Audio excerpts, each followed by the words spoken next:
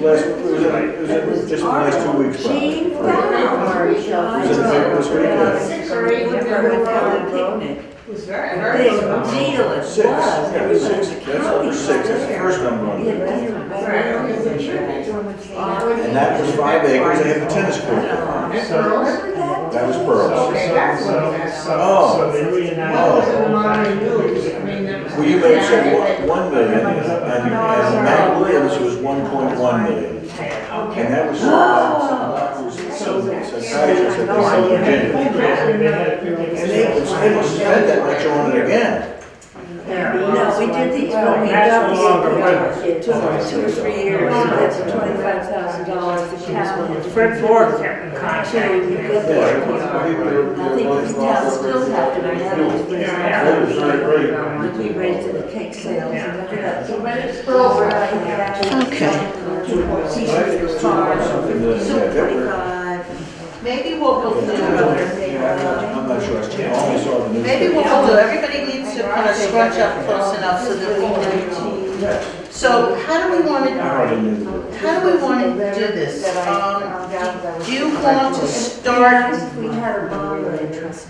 well, A moderator, yeah, Dick. Oh, Dick's gonna moderate, moderation. Well, here's a suggestion. I think Peter should be the I'm not moderator. gonna be the Because moderator. he, I did bring it up here. because you do a lot of public speaking. The land I trust. don't do much public speaking at all. Yeah, she didn't. Oh, were you were part of the land He was trust? on for all The 5 land minutes. trust.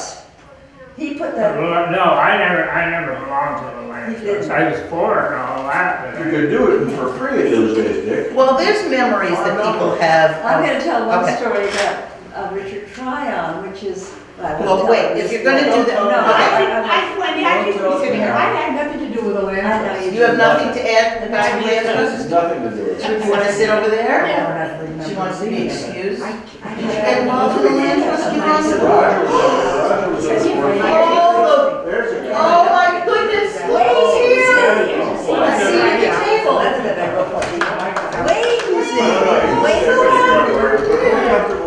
Wait, you wanna take Barbara's seat? All right.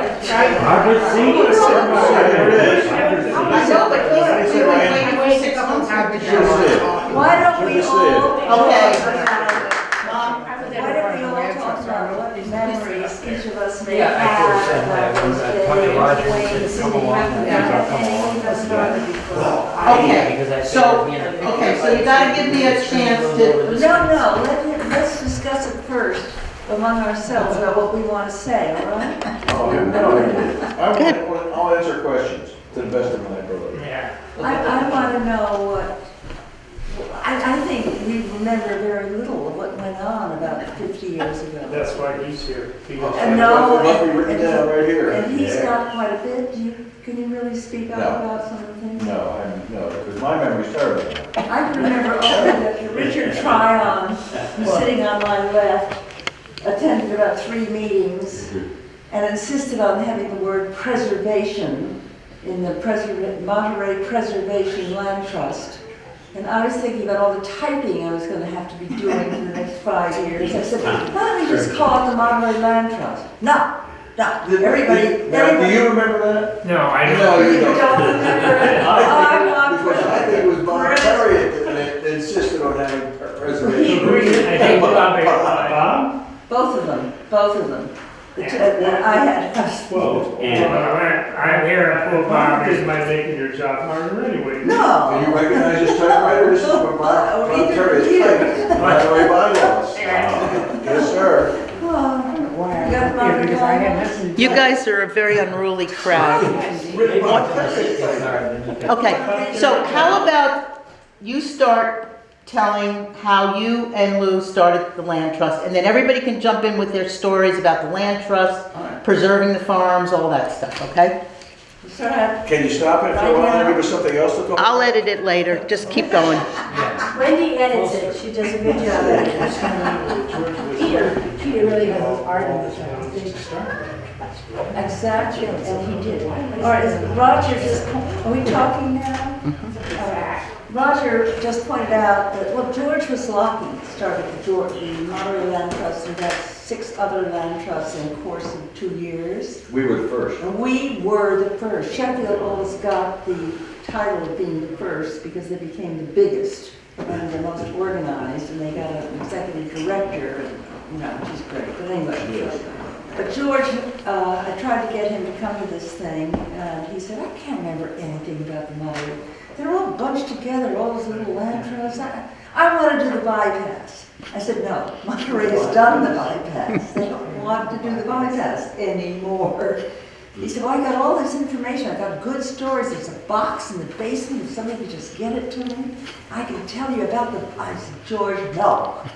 Anyway, I let him off the hook since he doesn't remember any... Or Woodburn Farm. He doesn't remember that.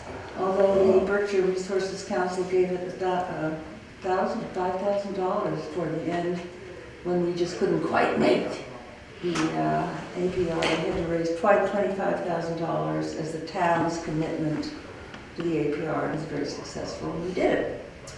So, what else does somebody remember?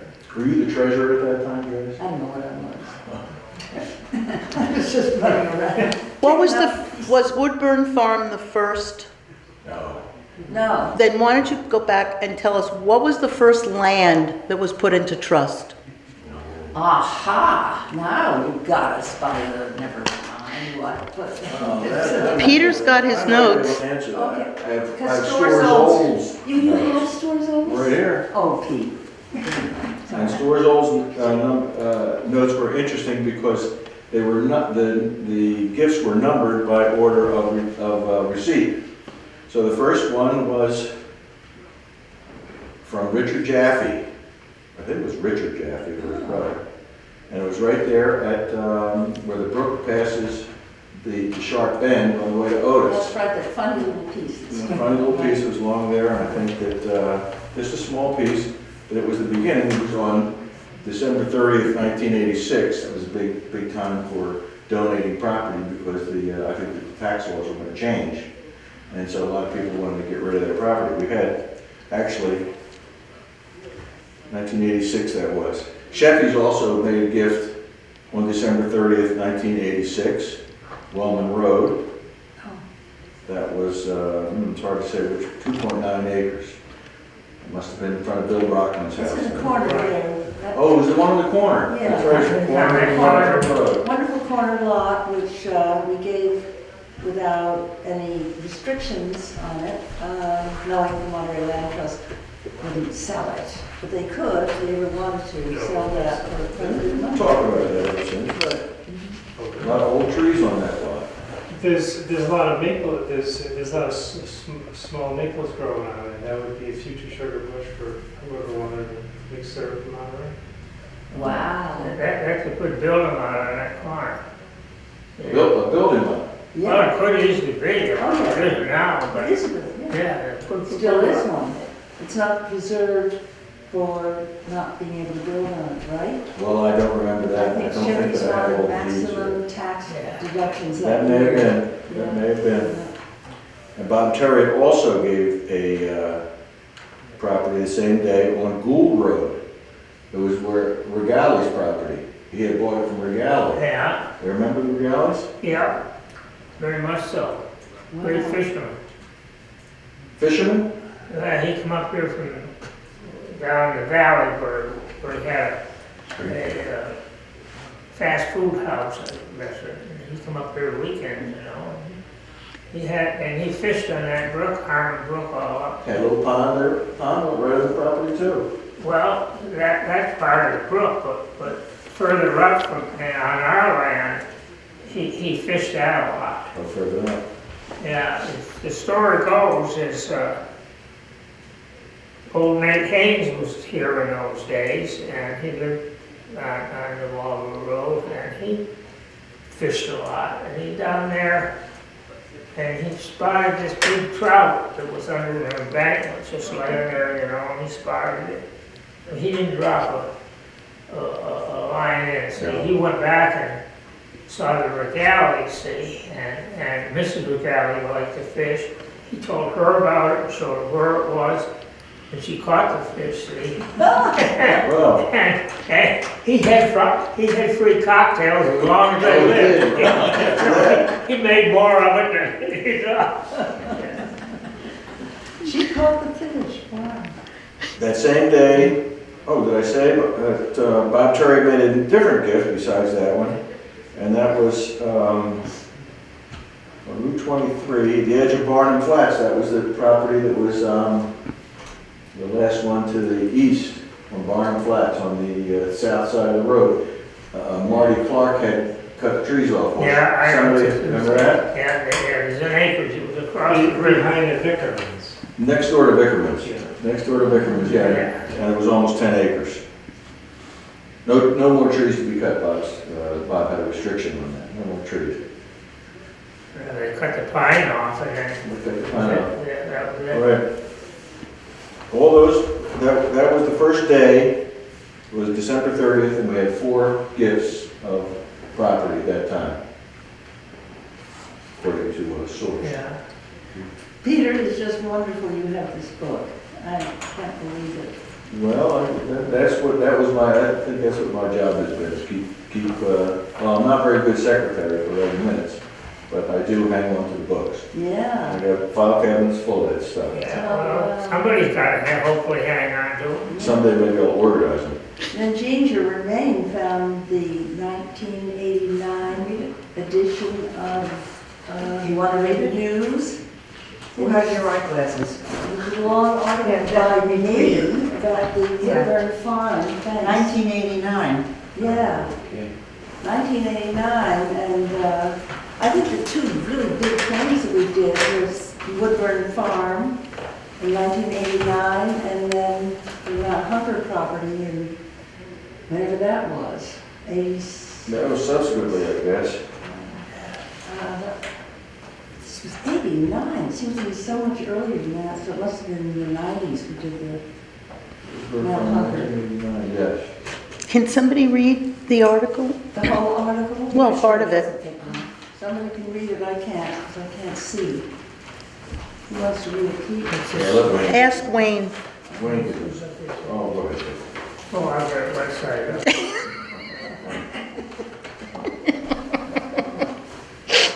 We can take turns reading it. Okay. Main, This is it. Main. Oh, no, that's one.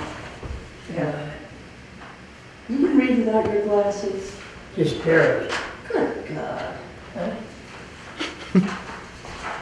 My glasses are. Yes, I do put them on.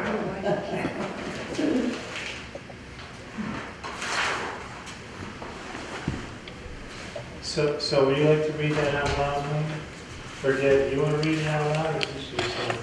No, read it out loud. Well, somebody has to read it out loud. Well, Joyce, Wayne Joyce, would do that. we give it to Wayne? You can hold it up close to the camera. Hey, Dick, Hey, Dad? Dad, we gotta give that to Wayne. So Yeah. Wayne would like to He's read gonna it out read it out loud. loud, please. Yeah. Okay, Joyce Sheffy wrote this, Monterey Land Trust News, and that was 1989. 1989. 1989. Trying to get the edition here. You don't need the edition. Okay. Who was the editor at that time? Oh, well, one, Was he? maybe. Okay, well, I guess we won't go there. It is with great pleasure that I, Joyce Sheffy, report on our annual meeting picnic held on Picnic Hill, Woodburn Farm, August 26th. After our business meeting, details below, Professor Bob Yarrow of the Center for Rural Massachusetts gave a short talk on open space development, a euphemism for cluster housing in rural areas. We hope he and/or Randy Arendt will come to Monterey in the near future and present a program on the subject. Then Bruce Gulligan spoke about his many years as forester for the farm and his long association with Shell and B. Fenn. Then Shell read his poems. I think it's fair to say that to hear Shell read his Woodburn Farm poems in his emphatic way anywhere is a moving experience, but to hear him and see him read against the open sky of his Woodburn Farm on Picnic Hill, the very hill which is the title of the last poem he read, was a privilege and a pleasure this observer will long remember. Here's what he had to say in ending. I would like to take this opportunity to thank the many people and organizations that helped to make this dream come true. When Bee and I decided that the best way to save the farm was to go with the agricultural preservation restriction program, I never dreamt it would take so many people and so many organizations to accomplish this. Now, 3 years later, with the dedicated effort of so many people, it has come to pass that Woodburn Farm shall remain a farm in perpetuity. I would like to thank Monterey Preservation Land Trust, Board of Selectmen, Monterey, Monterey Arts Council, people of Monterey, Audrey Thayer, George Wislocki, and the Berkshire Natural Resources Council, Senator Peter Weber, Representative Chris Hodgkins, and to all the others who have contributed in any way to this effort. I am truly grateful. I understand that there is an old Chinese proverb which says you never fully own anything until you have given it away. Welcome to Woodburn Farm. Thank you. Shall set the tone for the rest of the day, and what a day it was. A superb 72 degrees and not a cloud in the sky. Bruce led a forest walk, which according to those who went was both impressive and informative. The kids were lucky to have Jason and Nikki of the Kids Club Theater, and also board members of the Land Trust, who, with the help of Carol Houston, planned and supervised games and the treasure hunt, all ecologically slanted, of course. Bob Terriot provided volleyball, and Bob Roush and John Maycock prepared the croquet field. The potluck food was spectacular, and the Land Trust donated hamburgers and hot dogs, which turned out to be not only delicious, but exactly the right amount, thanks to Maynard and Andrea. We want to thank the United Church of Christ for the use of their tables. The whole event was full of goodwill, pleasure, in the company of each other, but mostly the pleasure of seeing and playing on the splendid farm we all helped to preserve. I wish all of you could have been there. In our business meeting, Jane and Gordon Bowles, Peter Burkett, and Carol Edelman were re-elected for three-year terms. An amendment to our bylaws was passed, which will enable the Land Trust to play a role, should the opportunity arise, in helping to achieve some affordable housing in Monterey. Note, a local paper carried a very nice story about the Woodburn Farm picnic. Unfortunately, they mistakenly noted that Shell left his land to the Land Trust. As we all know, this is not the case, but doesn't hurt to reiterate it. Shell owns his farm. The APR bought and owns his development rights. It paid 1/4 of the appraised market value for his undeveloped land. Shell offered the state a bargain sale, which it accepted. In other words, Shell gave up a possible $600,000 to see that his farm remains a farm. Those of us who still love open space have a lot to thank him for. Thank you, Shell. Yeah. Again, Joyce Shepard. Wow. Nice article. Nice article. He Thank you did. for bringing that, Gene. Beautifully read, Yes, it was very nicely read. yeah. And it seems that the right time to follow up with maybe the addition of the founding of the trust. Yep. All right, I just, Uh, yeah, the first meeting, as I remember, was held at Bob Terriot's house. And I remember this sort of young George Wislocki, and he was sort of very relaxed and loud and very nice, and I don't know, we all just felt very welcome to him. And then he explained what land trusts were, and I had no idea what they were until then, I don't think. And Bob, and he explained it well, and it just settled. It just seemed like such a great idea. And I thought, at last I'm going to be doing something not controversial. Not quite. Yeah, but always is.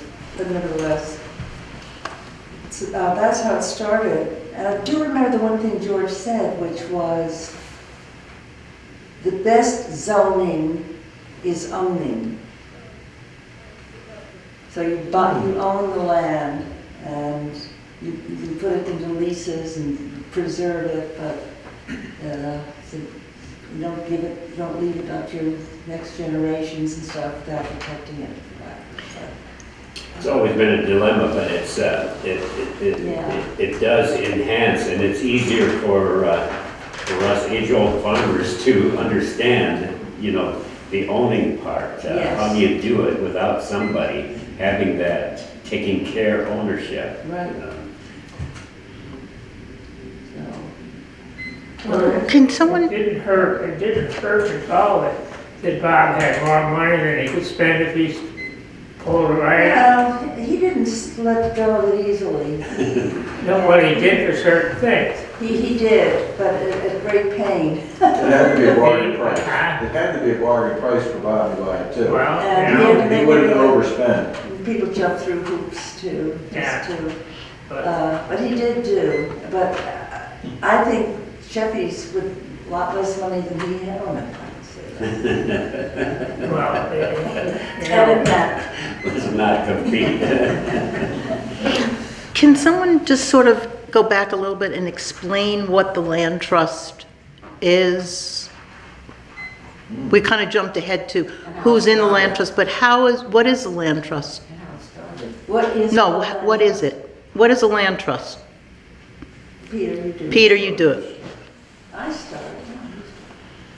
It's just a vehicle, the land trust, I think, is a vehicle for preservation of land. We own property, but by receiving gifts of land that people are willing to give up, whatever their motivation is, whether it's for preserving the land, whether it's for tax benefit. Plenty of reasons, I guess, that people can give it to the land trust. We have also conservation restrictions, which is it's a creation of Massachusetts law, where people can make a promise to not develop the property, and they receive a tax benefit for that, and the land trust functions as the holder of the restriction to enforce the restriction, so that nobody changes his mind and develops the property afterwards. And of course, those conservation restrictions are in perpetuity, so that even if the property is sold by the owner, the next owner is still limited by that restriction as well. We were involved in helping Shelfen get the agricultural preservation restriction by helping to raise money that the town had to have a town contribution for. Town had to have percentage of the, whatever it was, it was Right. $25,000. $25,000 we had to raise locally, yeah. Yeah, and did, and that was a good activity that we had. There were gifts from people along the road there. we made a great big board, and we had little pieces of deeds on the Buy board, acre. and people could buy $25, they could buy a quarter acre and $50, and people really thought they were buying land, some of them. But this was preserve this, they would It was preserve this preservation. 25%.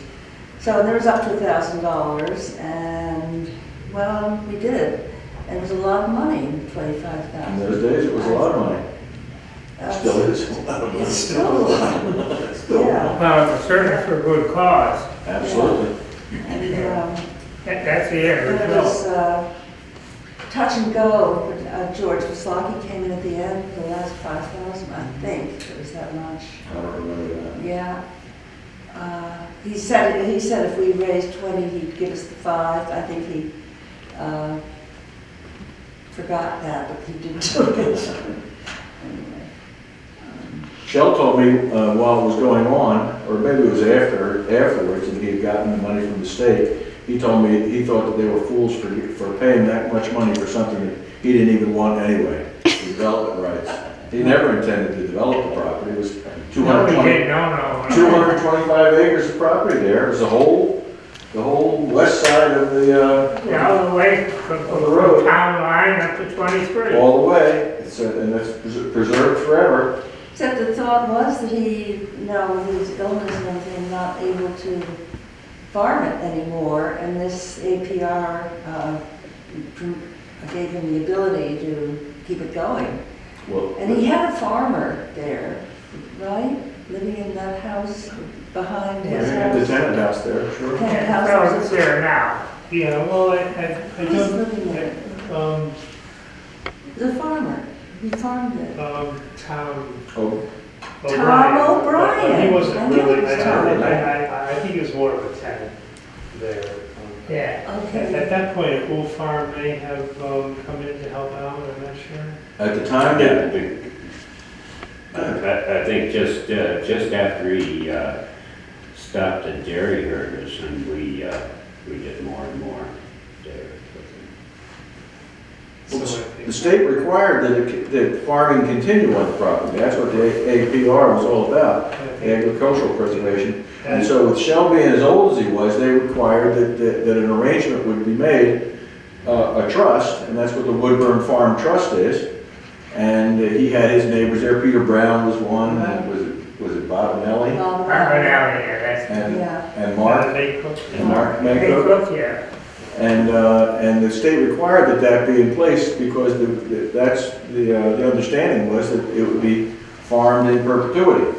What was it still a dairy farm when he became an APR? But I can't remember. if No, he had quit the dairy herd, and I Yeah. can't be sure, but at least 4 years before that. So how was it farmed? Just hay or what? Well, there, you can have all kinds of farms, you know, the vegetable farm, Well, what did and you then do? that's the hay farm is what it is, And right? they grew trees. The Woodburn Farm Trust had 8 or 10 or 12 animals, Right. and then a Gould Farm came in Right. and ate some of the land, so they had two different organizations were. Right. were- I remember at the time that this happened, I wasn't really doing the farming. I was at Gould Farm, but I was doing the grounds and the forestry and so on, the gardens. And so that's why my memory is a little bit sketchy about that time. I don't know if Les Guile would have been here yet or what, but at any rate, I did follow the transition there. And Shell had fairly heavy input while he was alive. Yet after he had the dairy herd gone, he had the beef herd, and he would tell us certain times which field to rehab. The fields, maintain a good hay field, you need to rehab it about every, well, you can stretch it to 8 or 10 years, but ideally every 5 years or so. And Gould Farm, the administration of Gould Farm did not want to get involved with promising that this would continue. And so that's why the trust, the state recognized the trust, which was these trustees that are the current trustees. And Gould Farm continued, and of course I always encouraged us to continue even when there was hesitation. But so every few years we would rehab a field, and Shell said, okay, I'll pay I'll pay the fertilizer and the seed or something like that. And so we shared the cost of rehabbing. And we've sort of done that to this day. When we do some rehabbing, we ask the trust to help out a bit. And that's the way it's been done, but without a contract at all. That's nice. Still the same trustees there, right? And still the same trustees. John Maycock is actually doing more active work than the others, obviously because of age and so on. And Mark is just over busy, and so he's done less, and John has done more. But I don't know what the Is Bob and Nellie still, Yeah. is he a trustee? yes, He still is? yes, and I don't Still know lives what No, their does he? They live there? No, they live on, it was the gravel pit. They have Yeah, the he, noodle house there in the gravel pit. Oh. yeah, he, Was it part- Shell welded nearly a piece of some of that gravel bed. So it was his outright. And he eventually, when the place was sold, he just finished building a house on the corner of that gravel pit, see. Yeah. right back of that barn that stood there. But, Right. but the great news is that the farmhouse is back in the Maycook family. That's back in the neighborhood, yeah. So the Sorry Woodward about that. boys. Wow. And so that's, Who lives there? and Mari. Mari. Oh, really? Sorry, Oh, yeah. that's great. I didn't So know that's the best news that could have happened. Yeah. Bob So stayed the in that Woodward house. boys and the family Maycook. Yeah, and Bob stayed in that house after Michelle passed away and didn't move into his new house You know, he didn't move in until really after the sale was, until, that's what he wanted. when it maybe was had- sold, see? Until it was sold, right. And the 13 acres with the farmhouse, and 13 acres, and then by that time, he had his own house built. Right. It would be interesting to hear a little bit more about the trust and its ongoing, and its own preservation. How will new trustees be brought in? And Mark would probably know as much as anybody else. I would think, I don't think He's next door right now, but that is, that's sort of a sensitive point of the trust, because that has to be kept Right. going. And so we're all Well, the hoping. Monterey Land Trust is still going, but this was supposed to, I thought, I think we probably should have brought up to its present day. But anyway, Well, we can do that another, what we were hoping tonight were even just some anecdotal stories about what it was like to talk to the town about preserving this land, what were some of the misconceptions that people had in town of land use, and sort of the history going back 20, 30 years. So one parcel of land, Mrs. Pete's property down on the corner of Blue Hill and 23 was a piece that we Stone house there. came very close Yeah. to convincing Bob Terry to buy. oh, And the realtors would not let us to get to the owners, for the prospective buyers of the stone house, so we could talk to them about purchasing the land along with the house, and we would help out with, isn't that awful? You can't, or is it the same thing? so, and that is today often the case of the realtors insulate the buyers of the homes away. So had we been able to do that, maybe we could have a vegetable stand on that land. Well, you should have just done it. I'll tell you, the same thing happened between Peter Schultz and Lou Chevy, and who is the realtor in that? And Lou just got fed up with this, not being able to talk to, we wanted them to contribute to the Mount Hunter property. And the realtor, whoever it was, would not let them, and Lou just called him up and the two of them worked it out. It was heaven. Right. But I suppose it's against the law or something? No, there's no law about that. That's just the business practice, I guess. Uh-huh. The house is the most precious asset of the property, so it's always, Right. it always gets sold first before the land. Well, Mrs. Pisco's broke it up into 7 lots there. And it turned out that Lou bought a bunch of them. Lou bought the lots that isn't, didn't Oh, Lou those give are it the from the ones, cemetery? Of course, And there's, yes. Monterey Cemetery was a lot that Lou bought from Mrs. Pete's property. And then the ones across the street also were, Which we had to sell they ultimately were to sold. pay back the Berkshire Natural Resources Council for something else that, That was to get property for New Marlboro Road, below Roper and Paul's place. The 60-acre piece that I'm not, don't we call it something? You know what I'm talking about? not the Grover property. Part Below it, yes. of Brookmead Farm, Part of Brookmead Farm, yes. on the corner of Weldon and. Yeah. Okay. We called it something? I thought it was called something, but I might be wrong. But that was bought and then it was bought with a mortgage. Yeah. And And you were our lawyer, and you did a wonderful thing at the end, I remember. I acquiesced that you found something in the contract where you know, Roper had been on our board forever, All right. but he never seemed to understand what land trusts were about exactly. It was the idea of saving land, because when it came to donating land and taking tax deduction, it didn't work out quite enough money for him. I'm sorry to say all this, but Yeah, well, he's just a professional board member, I guess. yeah, I guess he just liked being on the board. He liked the people on it, their neighborhood. And so he wouldn't do anything about preserving any of the land. It had to be bought at full market value. But at the end, Peter found something in the clause, don't you remember, that we saved it like $25,000. I don't remember that. I do remember one thing, that they wanted to make a straight line as the border between the house and the. Oh, yeah, and the acres. right. And of course, Massachusetts law says that it's, oh, I can't remember Oh, exactly. Lanny was trying to sue us all over the place, James Lanny.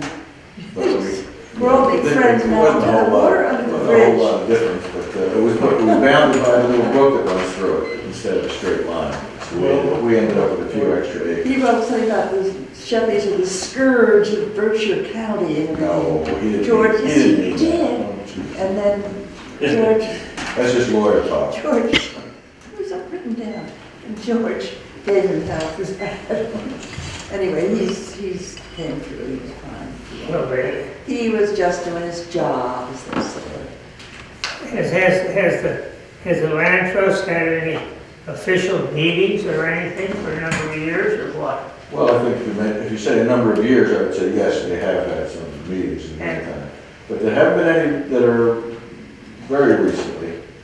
I was just curious because I don't remember, you know. Well, John keeps saying, are you ever going to have an annual meeting? Don't you have to have annual meetings? Yeah, we do, we end up having our annual meeting anyway. It's kind of, sometimes it's kind of not much else happening other than getting together for a meeting and being done with it and having minutes of It's it. still extant, and, you know, people want to do their land and have any to give away, they're there. Will help with any ideas that they have for But I think preservation. he's been doing a lot of stuff. They opened up the Mount Hunger Trail again. And That's wonderful, Peter right. Jensen, and that's wonderful, I guess. So are you going up there with your chainsaw and cutting? No, I haven't done that. I got a new chainsaw, Yeah, I'm new taking it chainsaw. off the property. Oh, really? See what the state has now done, and it will start next year, is that they've reevaluated the 61A land. Mhm. So it's no longer that Oh, the state didn't have any part originally in allocating what the tax rate was for areas. agricultural land. Whether it was unproductive or productive or crop land or cranberry land or vineyards, and they all have different categories. And of course, around here, we're all in the lower categories because the best we are is hay. Right. Is hay. See, we don't have any crops that just mount anything. Hay is the only crop. And so they're revising it, so we're going to get an increase, and I hope I haven't talked to the assessors, but I want to find out, because they have more to say about it now than they did before. But I want to find out from them exactly what unproductive land, which is a big share of our land, you know, you can't grow anything on it, and you can cut timber on it, but you cut it once a 30 years, you know, and if you're cutting pine, you don't get anything for it. No. Whereas 40 years ago, pine was the prime product, it was the highest paying. Now it's the hardwoods, and even they're not as wealthy, we won't get wealthy off those anymore. But that's the biggest, you know, you think back on it, and with all of the modern inventions and different situations, so much plastic is coming onto the forefront for some of these things. Originally were pine or hardwood products. Right.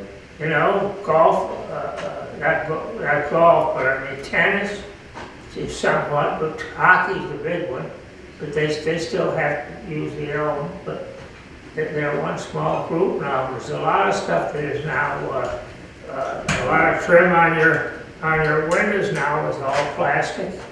A lot of ones, you know, it all used to be first-class pine, but not anymore. You practically got to give away the pine to make anything unless the Chinaman, every once in a while, they come up with a big burst and they gotta have this product pine. Then it's good for that time, but as soon as their enthusiasm and China lessons for it, then the price drops right down. It's nice to sit some trees. Isn't it nice to have some trees? It's nice to have trees. I know, but trees die every once in a while. I mean, you have trees and they grow and they die and then they're dead. What do you do with them then? You gotta have some I don't sort of. think trees die all the time. Do Well, they? they Not like sure do. You know, they've got a life just like we do. They lie on the ground So and there's they nothing- hold carbon. Don't cut them Yeah, until they're you know, so they're 400 years old and then cut them all down. So the people that go around, the state got into that wrinkle, a lot of their land up on their towns that you can't cut because the women that control those groups in Boston area, they've got little groups together, and they're very effective, and, you know, and what happens, all of a sudden, you can't sell, you know, and there's a lot of state land that grows and grows, and it reaches a certain point, and it starts to die back. So maybe Wayne could talk about your easement and how that happened with Bob Terry on your farm. Yeah, I was wondering how the Monterey Preservation Land Trust was involved with that. I think, I don't know what the land trust had to do with it, but then the Berkshire Natural Resources Council is managing that preservation. So anyway, when we So he did it through them. when we bought the Barnum Phillips place, Bob had bought the whole place, which I think was over 150 acres or something like that. There was some up above what we bought, and there's some on the other side of the street. At any rate, we bought 26 acres, I think, in 2 parcels. And of course, the building parcel does not have the restriction, but all the rest, which would be about 22, 23 acres, has a preservation restriction. And I've always, the anecdote part here, I guess, is I've always had a running sort of a friendly argument, I hope, with George. And then after that, with Tad, several times, I've said, well, you know, I'm really doing a lot of maintenance on this for you guys, and you know, you might help me out a little bit with this because the owner is really the key to maintaining a developed preservation restriction. Now, there are some that are more natural and you let it go, but there was fairly strong language about keeping it open, about doing all that. Well, then you have to have some cows to tend, or you have to do a lot of mowing. So there is a lot of management, and that was, you know, it was always sort of a friendly banter, but I think... You were the owner, though. Yeah. Yeah, But behind of the land, right. and then the Berkshire Natural Resources Commission Council has the restriction, and they examine and they complain if there's too many old farm machineries or things like that. And so I kick back at them a little bit, you know, we have this thing going. But more seriously, if there would be more money resources, it would make it more appealing for the landowner to put up with the criticism that you do get. And I understand it, and so on. And Donnie Well, gets I'm mad at me amazed for telling them for giving them any sass, but I sometimes think that if there were more money for the landowner to do some management, for example, there's always a question about whether you fence off the creek and so on. I say, well, if I fence off the creek, then I'm gonna have to do a lot more cutting and clipping and so on, or else we'll just get everything grown up. And of course, there is even a controversy about should all creeks be shaded by trees or should they not? And I think some of them through open pastures should be open, even though they'll warm a little bit. But there's just between the people who are traditional landowners, including farming, including open land and so on, there's always a little bit of a tension between that and the preservation So you're people who talking don't about- quite realize the energy and the effort and the expense that it takes to tend land. So you were talking about running a farm and having a preservation restriction on it, and when the inspectors come around yearly, usually I thought in our case it was always to make sure we hadn't put up buildings where you weren't supposed to, and they walk over the property and they do a good job of looking to see what's going on and That's true. endangered species. But the difference between Yeah. you and Wayne is Wayne has a few older tractors laying around. I know. that have- But is Objective it- farm, is it- and I didn't think that they were appropriately sensitive. Right. You know, we So all I see the wonder, world is our there- own way. Is and, there a different set of standards for a farmer than for just people keeping open space? He has an APR, He has just the and you had APR. a conservation restriction. Okay. No, I'm sorry, I don't have the APR. My Lebarnum place, 23 acres or Right. so, is preservation restriction. And our topic tonight is the Monterey Preservation Land Trust, and I don't know how the trust was involved, whether it's on your list or not. But at any rate, it was turned over, I think, by the Monterey Preservation Land Trust to the Berkshire Natural Resources Council to manage, because Monterey Land Trust can't do any managing. Were we even involved in it?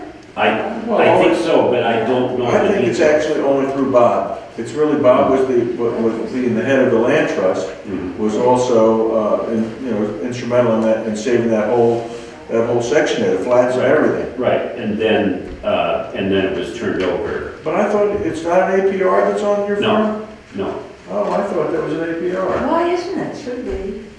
well, no, it's preservation restriction. I That's a know. different, But that's can't a you do, different That's thing. a lot can't you different do? from the land. I thought that was an APR all this time. Why, I mean, it was a farm. An APR is a lot better, isn't it, for the farmer than the preservation restriction? It was, Well, I, You that got was an complicated. APR. Didn't you get an APR finally? Never did? it really, before, when originally on the farm you own now, but I tell you, way back, the first farms that went out of business, that was probably the first one. That one there, You know, because, well, first, Barnum wasn't that much of a farmer, and I guess he kept a few horses around there at one time, or for their grandchildren, I guess. they ate the hemlocks. Huh? They ate the hemlock trees before, just before we bought the place, Bob, and then Bob actually had that purchase going on for a year. And so through that process, we bought that part. And, You ended up with that, right? and some he gave directly to the Natural Resources Council. That quite a few acres just above us is owned outright, I think, by the Berkshire Natural Resources Council. Yeah. And then, who was it up on the hill where Larry Klein is now? Somebody else had bought it. Bob bought that from Summers, I think. he bought it from the person that owned it after the Summers. Oh, I still. Oh, He okay, was young- I'm wrong then. I thought that was a young- part of the Barnum place. There was a There diamond is shaped some. property in there that only had a point on the road, a 40-acre diamond. Okay. that he gave to the land trust. And that was part of the Phillips farm. And then there was part of the Phillips farm, as you said, was across the street, across Route 23, back on the other side of the river, just a 6-acre piece that was, again, part of that farm. However, those parcels all came to be part of Phillips. Yeah, he was Phillips's grandfather. Oh, Uh-huh. Art Barnum. And he was the one that had a lot of whiskey bottles up in the barn. Oh, did He you really? cleaned the barn out. So those were yours, Wayne? You recycle them, I hope. All right, you can get Peter and me on the job, we would take them all. That's right. We could do a whole thing sometime on Joyce and Peter and their And the bottles and cans. can from the Monterey Yeah. store. Whoa, that was the most I'd ever seen, is Yeah. down in there. Yeah. The whole, it was like, I don't know how deep it was. Then there's Bob Terry and Joyce on the garbage dump. That's right. Open, Well, it's gonna be all brand new next year, we don't have to worry about it. yeah. It's all brand new now, this whole coming year is gonna be all brand new at the transfer station. Yeah. How much we got into that? We got, apparently, we got a lot of money in it, we're I have a feeling we're there's a starting lot to pay for it inside now, I that guess. head, we Or- have to know. Well, you know, but it's too bad Well, we ought to have some Bob the papers coming along, Yeah. stories and doing what you How about some can. Bob Terry You stories? know, So that Peter was one one of of those things that might disappear, you know. Yeah. I won't be around to see it. Bob Terry was such a big part of this, and we'd never let the land trust going without him, and as impossible as he was to work with, we did it, you know, and in a way Yeah, he came through, he did. That's But right. I think there's some wonderful Bob stories, probably, Yeah. we've got some, and we'll do. Well, you know, he used to be, you know, for first, Bob walks into the room and, you know, he's that guy, you know. Standing up at the town meeting. And the hair hanging down, you know, and he's about 6'8", looking out 6'8". to him, see? And you know, he got to know him a little while and got under that false skin that he was going by. You know, he was a real good guy. Yeah. And, you know, and a few things he hated, but most everything he was willing to do for us, see? So, you know, and people couldn't take him as he was, that they didn't think much of him, you know. Anyway, the story goes, that I was talking to Ray Tryon, and the story goes that about just before Bob got sick, he got a hold of Ray and he says, look, he says, I'd like to come in and fix up this tea room, see? And he says, I want it just like it was before it was going for the project. And he says, I'll lay $200,000 on the table. And then after that conversation, he got sick and then he up and died. Now, that's just what Ray told me about a month ago, 6 weeks Oh, ago. I never knew that. I didn't either. Because once he got sick, he couldn't communicate anymore, for very little. He just No. really shut down. You know? So- Yeah, and the first week I met Bob, he asked me how we could fence off his pasture. And I said, well, electric fence is always the easiest, and you get a push lawn mower and kind of mow a path around. And he walked faster than the lawnmower was going. He got his toe underneath the lawnmower. Cut the end of his toe off. Is that right? First, when we first met him? Yeah, it was. Oh, I didn't know It was that. come back. You remember that, Julie? I don't remember that. Don't you? He was in the He was in the hospital 3-4 days. He He lost a toe? Well, that's, Sure, cut the end of his toe off. it must have been before I heard. I don't know how much, but it didn't take much to be. Must be before. A little bone was there. Holy mackerel. Oh, Well, I saw him at a lot of town meetings before I really even knew him either. So maybe that was it, back in those days. Did I happen early? I came in 81. Well, that happened shortly after I knew him, so Oh, it I see. happened really, his visit, When did he buy the house? He bought his house before we bought ours, Barbara? I think after, but not. I mean, Bill and Lou, my husband, bought the house in 78 or something like that. Okay. And Now, I came I was along trying to in think 21. when Bob came to It town. had to be before we did. Because Lou and Bill looked at that house and figured it was too big for them or something. Right, So so it's like, they bought the one across the road, and then Bob bought it after 78. Not much I didn't even know at that time. And I didn't come in until 81. So it was all happening then. It was a good connection with, with Bob buying that place and you living across the street. What was so good about it, Dick? Oh, we got the land trust going. I know, I guess there's some rough days in there. Many shouted words across the... it was a short commute when you had to exchange papers and all across the street. No, we really did get along. I think Bob thought I was his mother, kind of, and we got along all right. Well, when he had his Super Bowl parties, that's when all the healing went on, right? Super Well, Bowl those were parties, good, right? wonderful House would be poker ice cold. parties, too. He'd have a fire going, the house would be ice cold. Yeah, and he burned wood in his kitchen. He burned wood 4 feet long, and every time he burned off 6 inches, he just put it in. That's right. Yeah. Yeah, right. Why does everyone do that? Why do we do It makes that? sense. Doesn't it? I It mean, makes sense. it's You just chopping all walk by, these see, logs out. appreciate nature too. Yeah. Yeah, he lived over there like a Makes baby. absolute Like a sense. vagrant, you'd never know, you'd never know. Yeah. What was going on back there? Boy. But you know, I seen the day when people first realized he was selling a lot of real estate and buying a lot.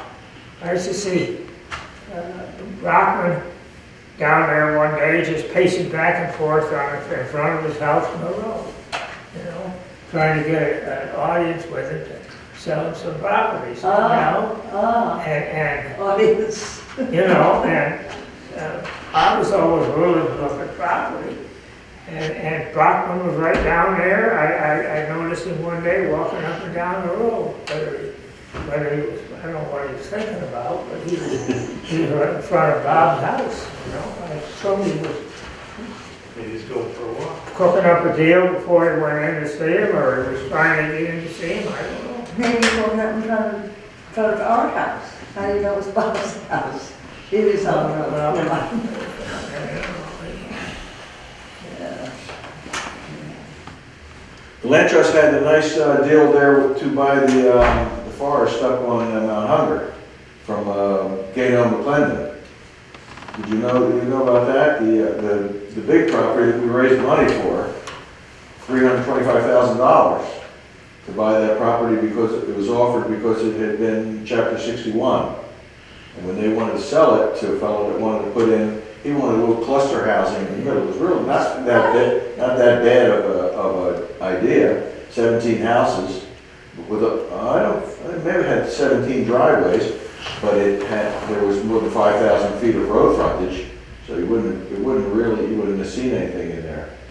But when they came into the town there, trying to sell the 61B property, the town had the right of first refusal, and the land trust came in and said, why don't you give us the right of first refusal, which the selectmen were authorized to do, in the law, and the land trust put it together, raised $325,000. There were some big donors there, Bob being one of them, a big donor, and I think that Nancy Kolodner was also a big donor. I think she was. No. Well, were you the treasurer? I was the treasurer. Well, you were the treasurer, I stand corrected. No, it's her neighbor. Showklopper. Showklopper, right. He put in. Big She numbers. was out. But Bob that, put in, we put in. Showklopper. Oh, there you go.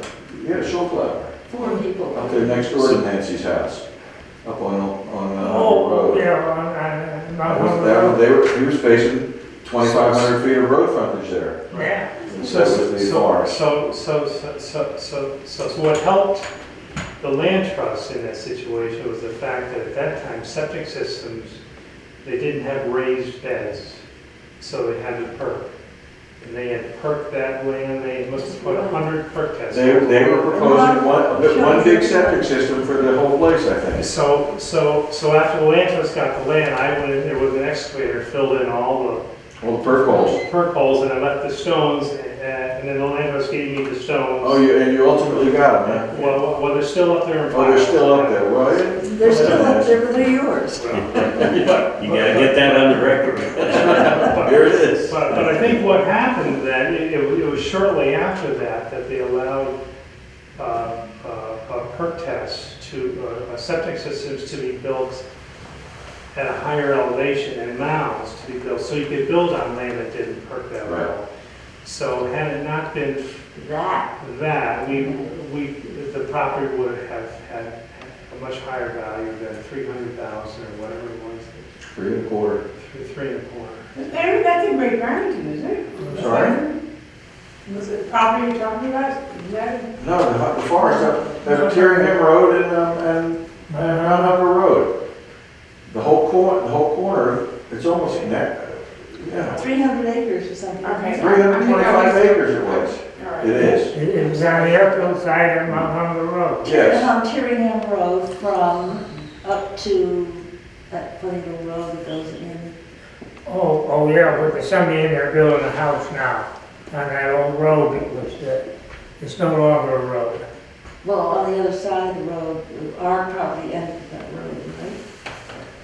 Past a little bridge. Oh, no, And then Joan? there's we took a long walk, we come out on that road.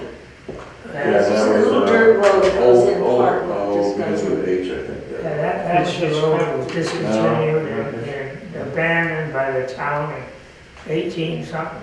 Yeah, there's an old abandoned road or whether it discontinued or abandoned. And it goes all the way over to, it's not passable, but it goes over and comes out where the nuns are. Yeah. In Tyringham. Yeah. And there was a big beaver dam up in the middle of the road up there further on, Uh-huh. and anyway. Oh, boy, that was some property. There were a lot of donations. I think there were hundreds of people made donations. There were $5 donations and there were $25 donations Yeah. to raise that money. A lot of people felt strong about it. So how much was raised locally and how much was funded by the state or? The state didn't fund anything. That was all the land trust, but it was, as I said, there were several big donors. Right, in the Yeah. beginning. I think we had to, But we had to I raise think all we that raised money. 240,000 to start, knowing that we could do it, then we had to raise the rest. So the 240,000 came from where? From Terry, Sheffy, and Shulpa. Oh, so that's what it was. So I hadn't remembered that. Okay. Yeah. And then So- we raised the rest of it. Oh, really? So that was And we good. got some big donations from people as far away as Southfield. Okay, so that was funded One guy, 100% local. I was calling that. Yes, yeah, no state money in that. There's been state money since then, because when the Hudsons, who had the land Yeah. on the other side, on the Tyringham side, they were given property to the BNRC, and on the east side there, where the houses were, I think that Barclay's house was up there someplace, there were 70 acres that they didn't want, but it was separate from the part that the BNRC wanted, and the land trust made a deal to impose a conservation restriction on the property, which hadn't been on at all before, but conservation restriction, and the state, to put it all together, gave the land trust $25,000, and we got the 70 acres, and put a conservation restriction on the whole thing. So it's all preserved up there at the top of the hill, and on the other side of the street is preserved from Hudson's property, around the Around the Stedman pond. Pond there. That's a beautiful spot there. That's good. Yeah, it is now, say, I don't know who, but somebody better mow that every year. Well, I think they do it, but they don't. Well, they just mow down a little bit, and they don't mow. Now they mow the path in it, yeah, I saw that. And first thing you know, you're gonna have pine trees in there 20 feet tall. We were up there, they had a dedication of that one day, it was just, 3 years ago, 4 years ago, when Hudson's thing was going on. And we were up there, DeVal Patrick was there. It was the bald eagle. And there was a bald eagle that flew right over our heads. Yeah. Remember that? Just after the speeches were over, there's a bald eagle circling above the governor and us. That was just, he was still talking, because he pointed it out. That was pretty cool. Got a view for him and a bird sitting on a bones, oh, no, it was Bernie Sanders. Birdie. Yeah, a bird sitting on his. Oh, Right. there's a pair of them down on Lake Buell Mm-hmm. right now. Yeah, I think They're they were year-round. there a long time. I know the fellow, that's down near Fred Bork's place, is where they were Yeah, nesting yeah. up there. Yeah, and I suspect they nested there so that they raised young there. That's what the fellow told me, they're a couple of young. Yeah. Do you have some Bob stories you want to tell? I used to have a lot of them. Anything to do with the land trust too? Yeah. One of the stories, Well, everything. one of the stories is to watch Bob play first base at the softball game. Stand straight up, right on. He was a great target to throw to. And they took. But he was on first base, you couldn't pass by, you couldn't run and touch the base. They threw him out of baseball. No, They he did. needed every player you could get. So when he would come play hockey with us, we handicapped him because his shoe size was 14, and his size 14 skates were hundreds of dollars. So So he played with his shoes, huh? we let him play with the shoes. Oh, But I think we told him that he couldn't block the puck with his speed. I think that's what we told him. That's some rules. The rule is going to be handicapped, but you can't use your feet to block. Yeah, Bob stories abound. Just one Bob stories. we just, this is not about the land trust. Trying to remember Bob and the land trust now. Does the land trust cover species habitat at all, or is it just, What? does the land trust cover? We're involved with that right now. Yeah. It's just part of conservation, I think. And so in that sense, we're involved in it. I mean, I don't think we really go out for it, but they have now the Cottontail project, the New England Cottontail, Oh, yeah. some special bunny. Right. And there's, I don't know who's, is it the state that's trying to really improve their habitat? I mean, they're dwindling, I guess, and so they're looking to make a, The Resources Council is sending around notices about cottontail counts. we're involved with, I think we have 2 10-acre parcels up in the forest that have been cut because the open space is the habitat. And that kind of habitat is dwindling, and so they're trying to make a chain of that kind of property. Connect those pieces that are like that, and so we donated 2 parcels that are cut, and then they don't keep mowing them. I think it's just to create an open space there, and the stumps and all there. And the brush piles. And the brush piles. Yeah. And that's for the New England Cottontails. Where is that, Peter? Where is it? Up on the Mount Hunger Forest. It's up on is it called Jones Road up there? Huh? Jones Road, the road that goes up in there, I can't remember what the darn road is called. But they're up on that road, and they're probably in half a mile or more. On the abandoned road? Yeah, the one that's right there at the curve, where I go too fast, you know. There's no way of going too fast if you're going up there. You can hit that curve. There's Wayne Palmer own a bunch of land up in there. There was a guy named, there was Hayne owned 400 acres on Well, that this side. is just, there used to be a rabbit club when I was a kid, or a teenager, and they used to hunt the rabbits Up there, yeah. And I know Wayne Palmer and his brother that lived right, Rodney. Rodney, he could tell you all. Uh-huh. And I don't know, Rodney's got no interest, but his brother has. His brother's still alive. He's down in Great Barrington, isn't he? Yeah, and if you see him asking about that. About the bunnies, yeah, well, I will. Those bunnies have a history there. Huh? Those bunnies must have a history there. Well, he still owns it. Yeah. Well, I don't know where his property is though. I don't know where it is, but it's up there somewhere. They had 10, 12, 15 acres, I don't know, maybe more. Wow. And Yeah, they- there's some big parcels up there. Yeah, there is. Yeah. Well, you know, you had to have a big parcel on that mountain. When you first came up over here from overseas, you know, when you wound up there, you know, you didn't have any land. Of course, you couldn't have any land in England, so you weren't allowed to. Mm. You come over here and it's practically for nothing, you know. And they give you 160 acres just to catch you there. 160 acres. You know, what I'll tell you, with 160 acres of the damn poorest farmland I ever saw in my life. Yeah. You can dig a hole there and you got a stone load, a truckload of rocks. Honest to God, don't you rise? Yeah. It made me think when you said that about the farm, about the different grades of farmland. I was talking to when Shell Fund was doing his APR there, and I was talking with the guys from the state that were the buying end of it, and he remarked one time, he says, you know, we do a lot of this work down in the Connecticut Valley, not that much so much in the Berkshires because the land's not really good farmland.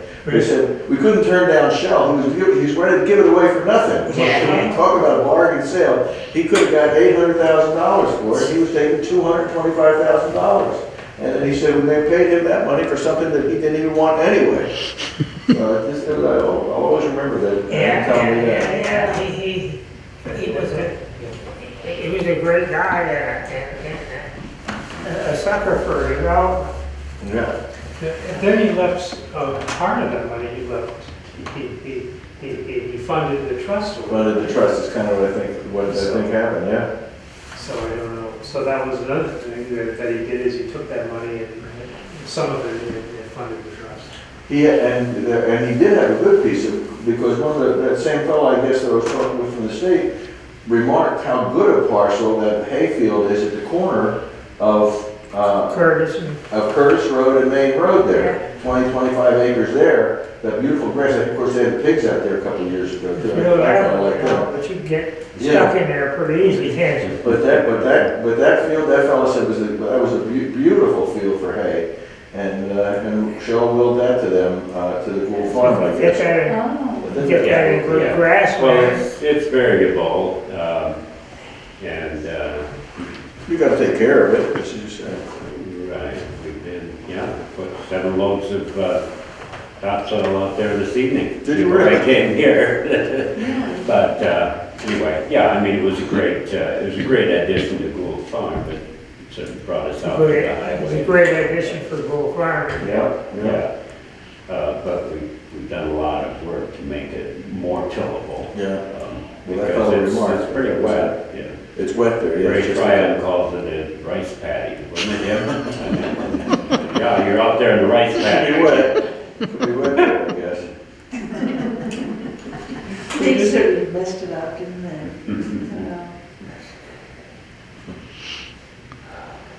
How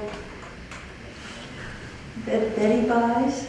I just want to say how telling it is. Peter sent me an email, it must have been in yesterday's paper, about the Trust for Public Land. Did anybody read that?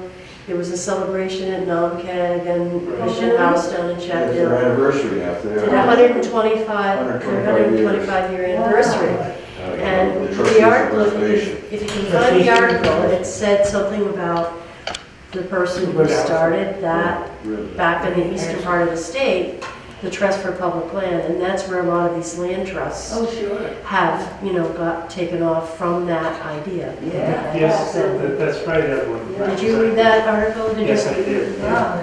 Yeah. So, and that was back in in the early 1900s, Evelyn? Well, this is 125th. 125 years, Yeah, 1890s, anniversary. 1890s. So that's when the Choates built Nam Keg, and so it was at that time that they started the trust also? It was? I'm not sure, the Trust for Public Land? Yeah. I'm not sure. I don't Well, you just said it's 125 years. It's the trust that had the The trust, anniversary. the Trust for Public Land had the Okay. anniversary. So if it happened to be built at the same time, Right. maybe it's coincidental or whatever, but that was one of their properties.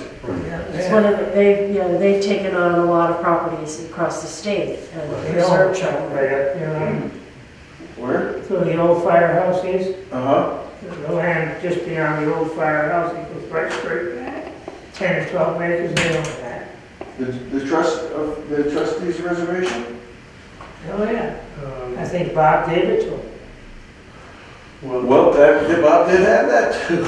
Some of the properties he had, that's for sure. And didn't keep any of them, they were always given to some other charity, some They used other to, trust. they used to have a sign on it. Maybe so. But, or the Berkshire Natural Resources Council has it, I'm not sure. Yeah. Well, maybe, I think, actually, now you say it, I think that the Monterey Land Trust and BNRC owned together. Right, And that was probably by his will, because it was probably still a property that he owned. right. I just And, remembered another big property that we have, which is goes from the farmhouse, the Shepherd farmhouse, all along Curtis Road, up where the. Wallace Hall. Wallace Hall Road, right. Okay. And That's big 50 trustees. acres in there, remember that guy, Reese? Reed? Reed, Reed. yeah. Right. And he wanted us to put up a plaque. for Strawn his Farms. father. Strawn Farms. Oh, What really? a memory. No, that's what I So, worked with. so did you put up a plaque in the We end? never You did. never did? No, we never did. Oh. You were on the trust as well. That was on both sides of that Wallace Hall, or, what was the road called? Not Wallace. Well, that's the Wallace Hall Road. Your One- road, yours is Wellman Road, right. Okay. Yeah, and both sides of the road. Yep, both sides all the way through. All the way up to that little. Where the gravity car race was. That's Wallace Hall Road. It all comes around, doesn't it, Wendy? You had to have at least 3 wheels for that. At least 3 wheels. So that's still preserved, just forever wild, I guess. Yes, it is. What's going on? And trustees were here last year, and I think they came again this year to monitor that. Good. And they walked the property, and some of our members, I think Lynn, what's his last name? Levitt. No. Lynn Levitt, thank you. Where is it? And walked it, and I think Catherine too, Catherine Roberts. Uh-huh. Walked it, yeah. That's great, so. They found some new rare plant back in there. Great. Yeah, I don't remember what it was called.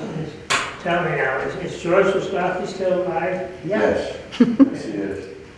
I haven't seen him for a long time, but. I haven't either, and I've He's lost all lost so much contact weight, with you him. won't believe Has it. he really? He lost weight, she says.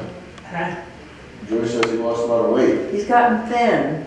He wasn't ever heavy. No, I he didn't wasn't. think he was. No, he wasn't heavy, but he's And thin. this part too. I'd say he's lost 30 pounds. Ah, And you good don't for him. really, I should he ask him stopped how smoking. Oh, he stopped smoking and lost weight? Right. Yeah, It's he, the opposite of everybody else.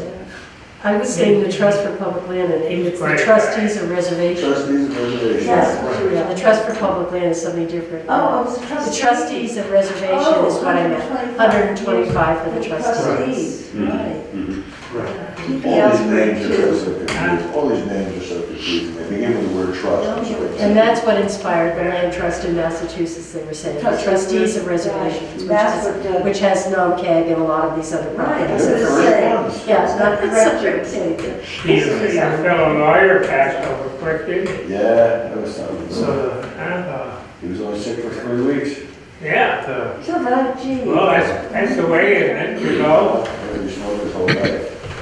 He was quite a smoker, that Who? Well, I can't, of course, he was on board of selectmen with me quite a few times, Yeah. back, but, guy. and, Yeah, good guy. Peter, Yes. can you tell us do we know what the total land amount is in Monterey by any chance? We know it, but, well, I may not have it. You Monterey? Well, now, he didn't know that I was the present land trust. Because there's been, donations since There have been a our couple. time. Well, I'm still a land trust, I'm still a part of the present land trust too, I mean, old hanger on. He has been on that land trust Yes, since you have to That's stay. the one. 1984. December of 84 is when we met. So it ran for second a couple years ago up on their town road. He's still John Silbert's still the president. a president. Yeah, we're not doing quite as often as we are, it's not so much of, well, I don't know how to describe it. We have the board of directors, and that's really all, everybody else's involvement is to enjoy what's been accomplished, I guess. But you don't have board meetings Well, or you know, anything? Well, we do, but people are away for winters and that sort of thing, so they're kind of spaced. You don't have to. They're gonna revive it, they gotta revive it. Oh, don't, so, You know, why don't you rejoin? What? You should rejoin then, if we'll have meetings. I'm just saying. I'd like to watch the I've got my basketball own game sometime. messes. Baseball game. Is the new zoning going to make any difference What is the new zoning? with the accessory dwellings? Oh, Oh, that's we're gonna have right. accessory dwellings finally? We have accessory dwellings. We have a second house, you can have a small house up to 1,000 feet if you have a 2-acre lot. well, you know, just make sure it doesn't look like a trailer. Well, I don't think there's any regulation on it either. I mentioned, once I went to the planning board meeting, it said they would have some sort of a site review or something or other. Some kind of Maybe say it's review. gotta be a 2-bedroom house. No, there's not really, it gotta be 1,000 feet or less. But that's not going to impact any of the land that's, Oh, no, that won't have any effect on the protected land, on the conserved land, no. okay. It might be next door to it, I mean, it have an effect that way, but it's not gonna affect the conserved land. There's still no use, you can't make any use of the conserved land, just enjoy it, and, not develop anything on it. Well, you know, somebody, say, Joyce here, see, when her husband died, and she didn't own the house over there, so what happened? I mean, she had a 2-acre plot somewhere, and she wanted to put up a little house, just about what you wanted, and would use, then you'd have a right to do it. And I'm we had- happy. I know, we had this problem years ago, when we had 2 or 3 people, the husbands died. And hell, there was nothing in town they could live in, so they had to move to Barrington, Who's you the, know? And that's happened at least twice that I know of right away quick there. And kind well, of, what's the reason for this, that this happens? huh? Well, why does this happen? The husbands died, So, and they, What happens to the house? and they sold a house, and both of them were on, well, one of them was on Bridwell Road, and the other was on who's 23. they, the kids? Just, if you come out of Bidwell Road, it was somewhere in that, across the street, on 23.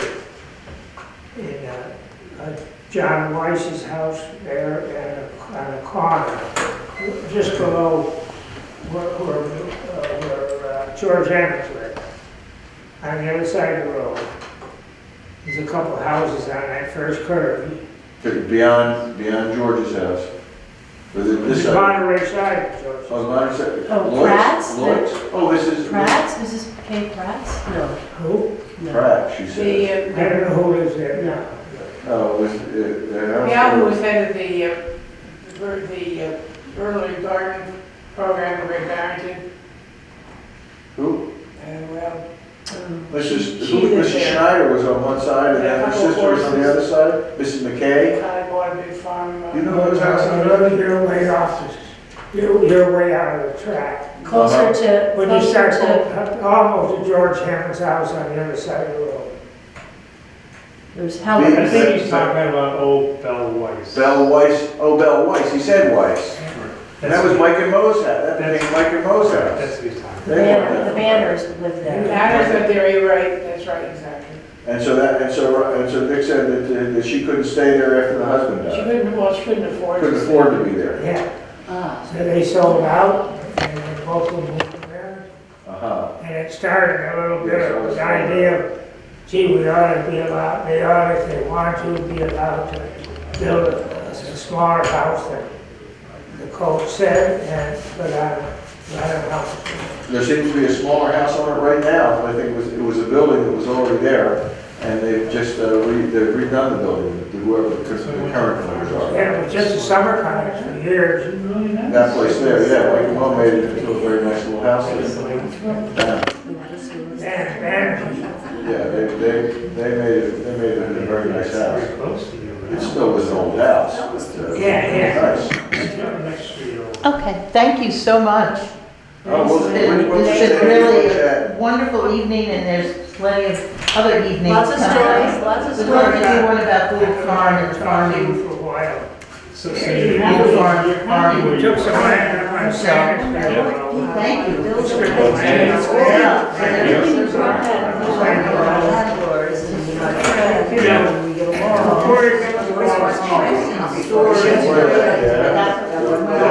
talking about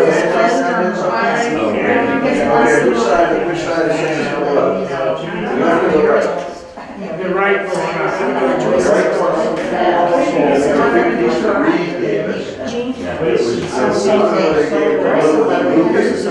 $53 acres.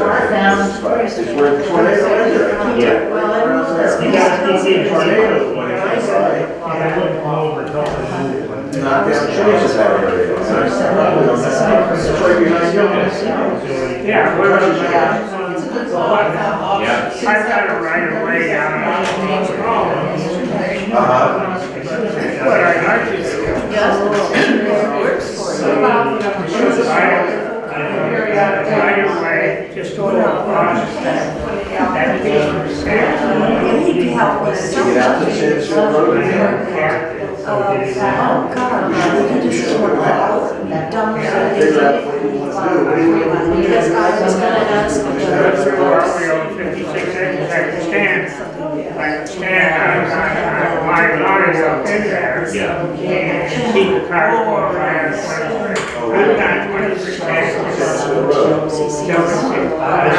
light is there, and I have Rob, you know, if you are charged I could look and see if there's any special restrictions on it. I think that it came in. Not a big clue.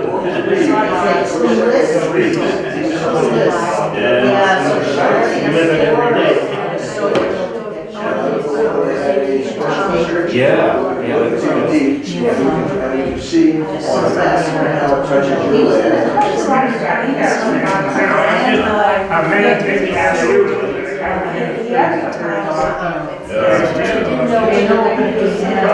And preferably, if the land is over, I'd like it on the upper end, the farthest away from the main property.